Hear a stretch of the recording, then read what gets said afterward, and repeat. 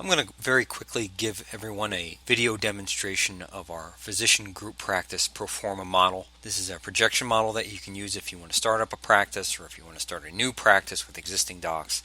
This is a nice tool that you can use to figure out how much money you need to put up, where that money is going to come from in terms of investment or debt. So I'm just going to run through this very quickly. Here's an input tab that has a summary table of contents at the beginning. Here's a very brief overview.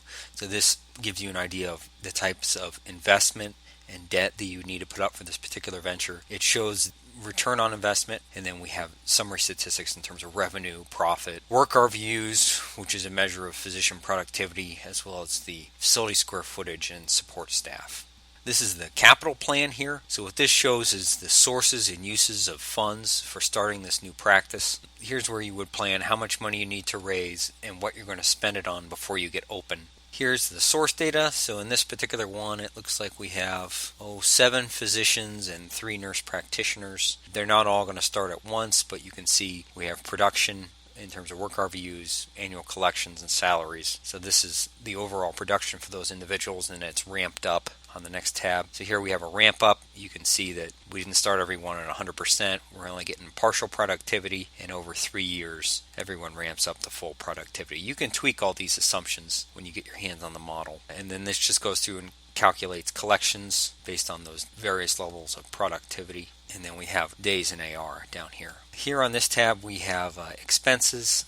The model is pre-populated for a health system owned physician practice, but you can go ahead and fill in all these details down here if you're going to go out and hire accounting and lawyers and housekeepers and all these other details. You can fill those in and it will roll up into the income statement. What you see here is just the basic things like salaries for physicians and support staff, benefits, and then facility rent and utilities. Here's a physician staffing tab or staffing plan. So here you can go in and you can populate the number of FTEs when you want to hire people. So this is broken out by year. And then you also have your medical assistants and receptionists and support staff here. This is a standard income statement tab. We have our standard cash flow statement, and then we have a balance sheet, projected balance sheet here.